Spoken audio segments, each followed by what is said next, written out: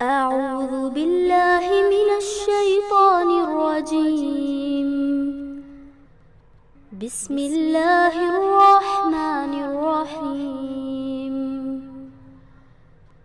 اقرأ باسم ربك الذي خلق. خلق الإنسان من علق. اقرأ وربك الأكرم. الذي علم بالقلم. علم الإنسان ما لم يعلم. مدعوہ و نصلی علی رسولہ الکریم، اما بعد. میری عزیز بہنوں، السلام علیکم ورحمۃ اللہ وبرکاتہ. الحمدللہ آج ہم چھٹا رکوع شروع کریں گے. اس سے پہلے ہم دعا پڑھ لیتے ہیں. رب اشرح لی صدری ویسر لی امری واحلل عقدۃ من لسانی یفقہوا قولی. رب زدنی علما. اللہم انفعنا بما علمتنا وعلمنا ما ینفعنا وزدنا علما. رب یسر ولا تعسر وتمم بالخیر.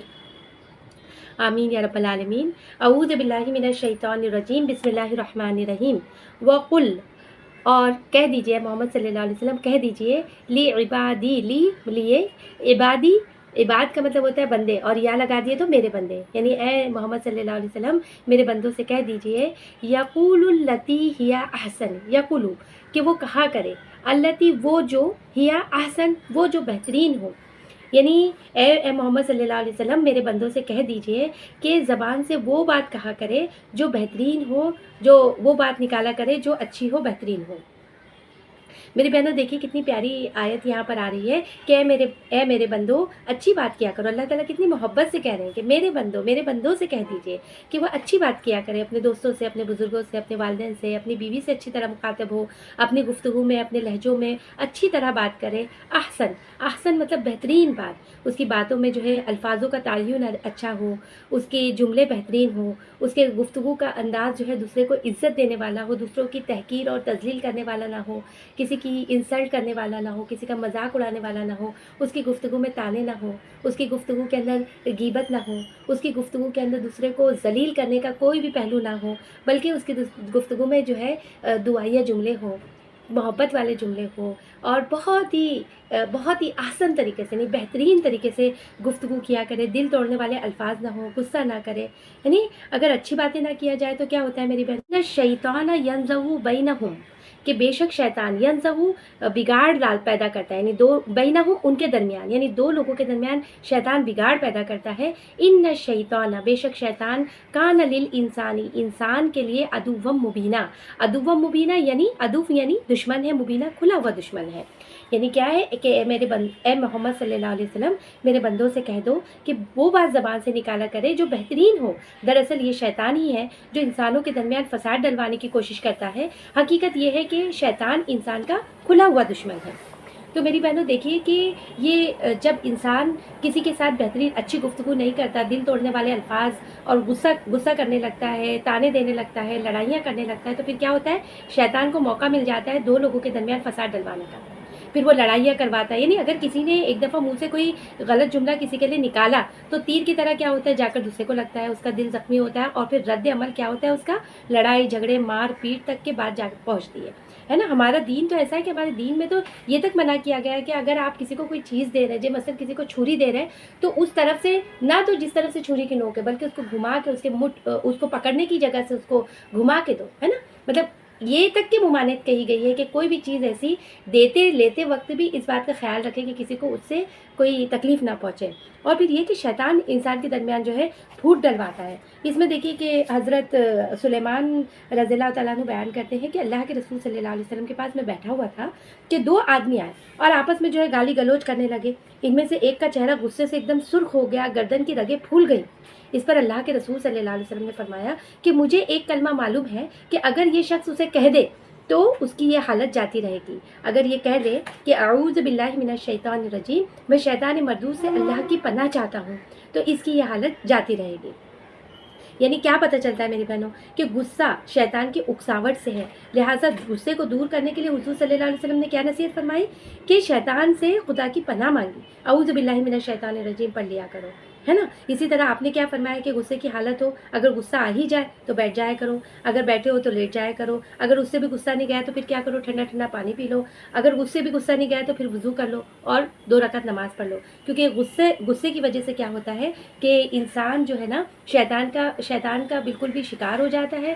شیطان تو ویسے بھی اس کا دشمن ہے اور جو ہے معاملات کو بد سے بدتر کر دیتا ہے, اس لیے غصے کو سب سے پہلے ختم کرنا چاہیے.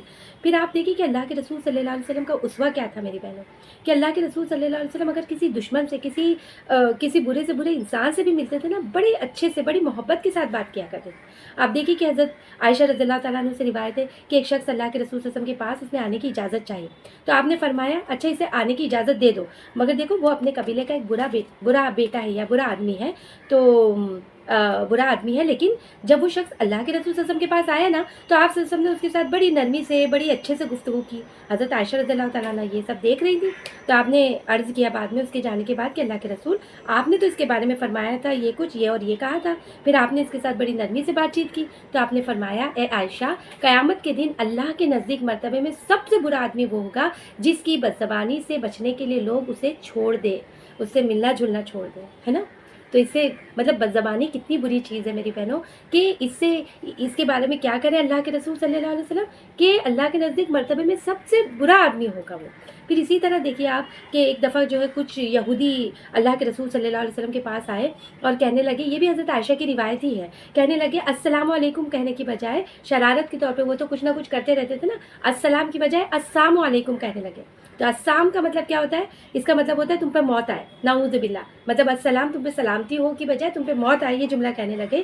اس پر حضرت عائشہ رضی اللہ تعالیٰ عنہ کو غصہ آ گیا اور انہوں نے کہا تم پر ہی موت آئے, تم پر ہی اللہ کی لعنت ہو, تم پر ہی اللہ کا غضب ٹوٹے. اس پر رسول اللہ یعنی وہ غصے میں آ گئے اور غصے میں آ کے جو ہے بولنے لگی کہ تم پہ ہی ایسا ہو, تم پہ ہی ویسا ہو. تو حضور صلی اللہ علیہ وسلم نے فرمایا ٹھہرو ٹھہرو ٹھہرو عائشہ, نرمی کا رویہ اختیار کرو اور سختی اور بد کلامی سے بچو. تم نے دیکھا نہیں میں نے کیا جواب دیا ان کو, میں نے کہا نا وعلیکم, یعنی تم ہی پر ہو, جو تم نے کہا ہے وہ تم ہی پر ہو. تو میری بہنوں اس سے کیا پتہ چلتا ہے ہم لوگوں کو کہ اللہ تعالیٰ نے انسان کو یوں تو بے شمار اعضاء عطا فرمائے, ہے نا. الحمدللہ ہمارے جسم میں دیکھیں ہم کتنے اعضاء ہیں, ہماری ناک ہے, کان ہے, دل ہے, دماغ ہے, ہمارا معدہ ہے, ہمارا دل, ہماری ہاتھ پیر اور سب کچھ ہے جو ہم سب جانتے ہیں, ہے نا. تو آپ دیکھیں کہ ہر عضو ہمارا اپنی کارکردگی کے حساب سے ایک سے بڑھ کر ایک ہے, لیکن ان سب میں ایک عضو ہے یعنی زبان, جو انسان کی مشینری کا چھوٹا سا پرزہ ہے میری بہنیں, مگر اپنی اہمیت اور عظمت اور کارکردگی کے اعتبار سے یہ سب سے زیادہ اہم اور سب سے زیادہ امپورٹنٹ ہے. وہ کیسے کہ دیکھیے زبان اور زبان سے گفتگو کرنا اللہ تعالیٰ کی بہت بڑی نعمت ہے. اسی وجہ سے یاد رکھیے کہ اللہ تعالیٰ نے تمام مخلوقات پر انسان کو فضیلت دی ہے نا.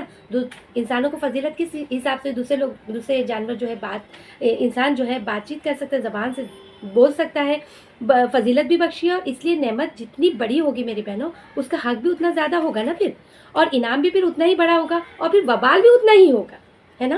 اسی لیے دیکھیے کہ حضرت ابو ہریرہ رضی اللہ تعالیٰ عنہ کہتے ہیں کہ اللہ کے رسول صلی اللہ علیہ وسلم نے فرمایا کہ بلا شبہ بندہ ایک بار جو ہے اللہ کی رضا کا کلمہ جو ہے کہہ دیتا ہے, جس کی طرف اس کا دھیان بھی نہیں جاتا, مطلب بے خیالی میں بے دھیانی میں کوئی ایسا جملہ کوئی ایسا کلمہ کہہ دیتا ہے جس کی وجہ سے اللہ تعالیٰ اس کے بہت سے درجات بلند کر دیتے ہیں.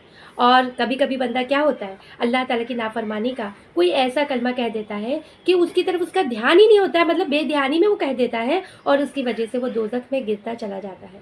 یعنی کتنا خیال رکھنا چاہیے نا زبان سے, کوئی بھی جملہ, کوئی بھی لفظ, کوئی بھی سینٹنس ادا کرتے وقت کتنا خیال رکھنا چاہیے.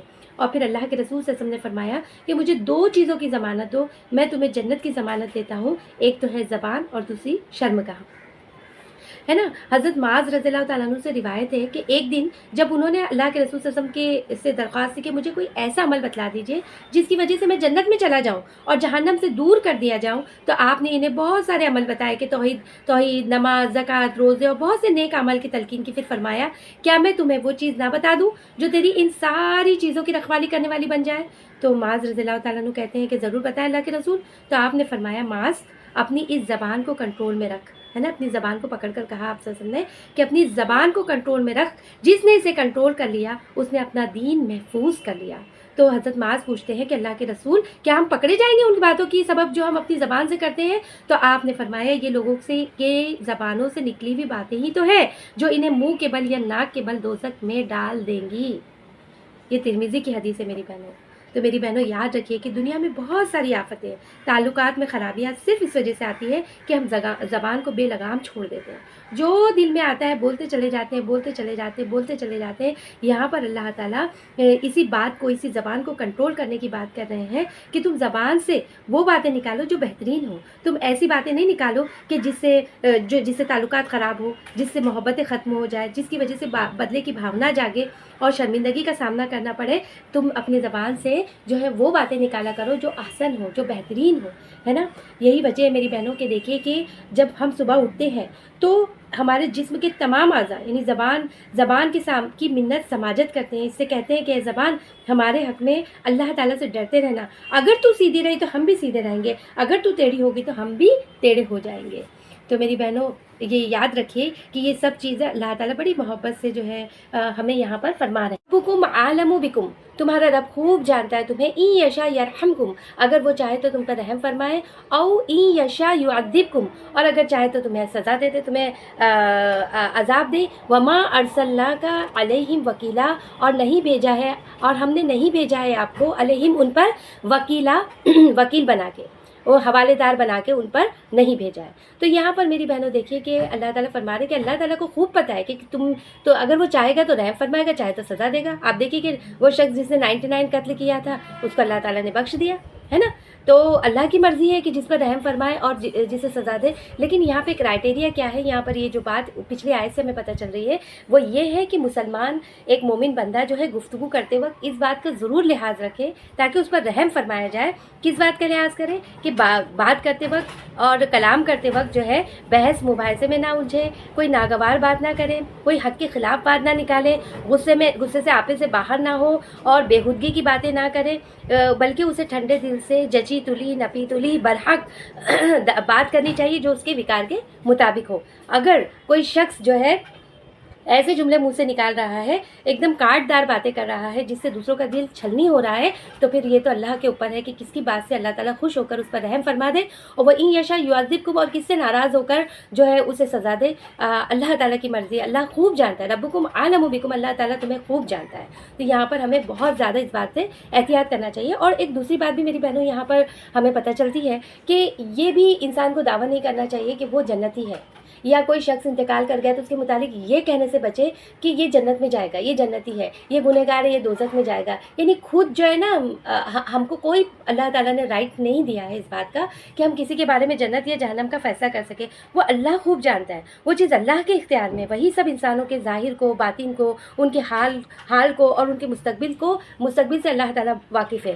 اسی کو یہ فیصلہ کرنا ہے کہ کس پر رحم فرمائے، کسے عذاب دے، کسے جنت میں ڈالے، کسے دوزخ میں ڈالے۔ اور اس بات کی تائید دیکھیے وہ حدیث کیسی ہے جو میں آپ کو سناتی ہوں کہ حضرت یہ جو ہے نا خارجہ بن زید رضی اللہ تعالیٰ، زید بن ثابت کہتے ہیں کہ ام علا ایک انصاری عورت تھی، ام علا نام تھا وہ انصاری عورت کا، کہ جس نے رسول اللہ صلی اللہ علیہ وسلم سے بیعت کی تھی۔ وہ کہتی ہے کہ مہاجرین پورے سے ہم انصار کو بانٹ دیے گئے۔ آپ نے دیکھا تھا نا جب مہاجرین ہجرت کر کے مکہ سے مدینہ آئے تھے تو اللہ کے رسول صلی اللہ علیہ وسلم نے پہلا کام کیا کیا تھا؟ ایک مہاجر ایک انصاری، ان کو بھائی بھائی بنا دیا، ہے نا۔ اس طریقے سے سارے مہاجرین کو سارے انصاروں کے ساتھ مواخات کروا دی تھی، مطلب بھائی چارہ کروا دیا تھا، ایک دوسرے کا بھائی بنا دیا تھا۔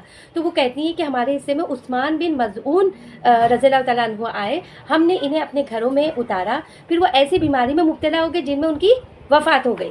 پھر جب انہیں غسل دیا جا رہا تھا، کفن پہنایا گیا، اس وقت رسول اللہ صلی اللہ علیہ وسلم تشریف لائے۔ تو میں نے کہا کہ اے ابو سعید، یعنی یہ عثمان بن مظعون رضی اللہ تعالیٰ عنہ کی کنیت تھی، تو کنیت کہہ کر میں نے کہا کہ اے ابو سعید، اللہ تم پر رحم کرے، میں گواہی دیتی ہوں کہ اللہ نے تم کو عزت دی۔ کیا جملہ کہا انہوں نے ان کے میت کو دیکھ کر کہ میں گواہی دیتی ہوں کہ اللہ تعالیٰ نے تمہیں عزت دی ہے، مطلب اللہ تعالیٰ نے تمہیں اچھے مقام پہ رکھا ہوگا، اللہ تعالیٰ تم جنتی انسان ہو، جس کا مطلب یہ تھا۔ تو اللہ کے رسول صلی اللہ علیہ وسلم نے فوراً ٹوکا اور کہا کہ تجھے کیسے معلوم کہ اللہ نے اسے عزت دی؟ تو میں نے کہا یا رسول اللہ صلی اللہ علیہ وسلم میرے ماں باپ آپ پر قربان، پھر اللہ کس کو عزت دے گا؟ مطلب اتنے اچھے انسان ہیں اللہ، اور پھر اور کیسے لوگوں کو عزت دے گا؟ تو آپ نے فرمایا کہ عثمان فوت ہو گیا اور اللہ کی قسم میں اس کے حق میں بھلائی کی امید رکھتا ہوں، اور اللہ کی قسم میں حتمی طور پر یہ نہیں جانتا کہ میرے ساتھ بھی کیا معاملہ ہونے والا ہے، حالانکہ میں اللہ کا رسول ہوں۔ تو ام علا کہتی ہیں کہ اللہ کی قسم اس کے بعد میں کبھی کسی کی کہا کہ میں اللہ کی قسم کھاتی ہوں کہ اس کے بعد میں کبھی کسی کی بزرگی بیان نہیں کروں گی۔ تو اس سے کیا پتہ چلتا ہے میری بہنوں کہ زبان کی حفاظت میں یہ بھی شامل ہے کہ انسان کسی کے بارے میں جنتی ہونے کا یا دوزخی ہونے کا جو ہے نا فتویٰ نہ دے، بلکہ وہ یہ کہہ سکتا ہے کہ مجھے امید ہے کہ اللہ تعالیٰ ان کے ساتھ اچھا معاملہ کرے گا۔ وہ اس میت کے لیے، اس مرحوم کے لیے دعا کر سکتا ہے کہ اللہ تعالیٰ تو اس کے ساتھ اچھا معاملہ کر، اللہ تعالیٰ تو اس کے گناہوں کو معاف کر، اللہ تعالیٰ تو اس کی قبر کو نور سے بھر دے، اس کی قبر کو کشادہ کر دے۔ اس طرح کی دعائیں کر سکتے ہیں، لیکن یہ نہیں کہہ سکتے کہ یہ فلاں جنتی ہے، فلاں دوزخی ہے نا۔ یہ سارے اختیارات کس کے ہیں؟ اللہ تعالیٰ کے۔ کا عالم بمن فی السماوات والارض، اور تیرا رب خوب جانتا ہے جو کچھ بھی آسمانوں اور زمین میں ہے نا۔ وَلَقَدْ فَضَّلْنَا، اور تحقیق کہ ہم نے فضیلت دی، بعض النبیین علی بعض انبیاء کو بعض پر، وَآتَيْنَا داؤد الزبورا، اور ہم نے داؤد کو زبور عطا کی۔ یہاں پر دیکھیے میری بہنوں کہ اللہ تعالیٰ فرما رہے ہیں کہ میں خوب جانتا ہوں، مجھے خوب پتہ ہے جو کچھ بھی آسمانوں اور زمین میں ہے، سب کے بارے میں اللہ تعالیٰ کو علم ہے۔ اللہ تعالیٰ سے کوئی بھی چیز ایسی نہیں ہے جو اللہ تعالیٰ سے مخفی ہو۔ اور پھر دیکھیے کہ اللہ تعالیٰ کہہ رہے ہیں کہ ہم نے بعض انبیاء کو بعض سے فضیلت دی۔ کس طرح فضیلت دی ہے نا؟ ہم ماشاءاللہ آپ لوگ یہاں تک پہنچے تو کافی انبیاء کے بارے میں پڑھ چکے ہیں کہ حضرت ابراہیم علیہ السلام کو کیا لقب کیا تھے حضرت ابراہیم علیہ السلام، کیا فضیلت تھی ان کی؟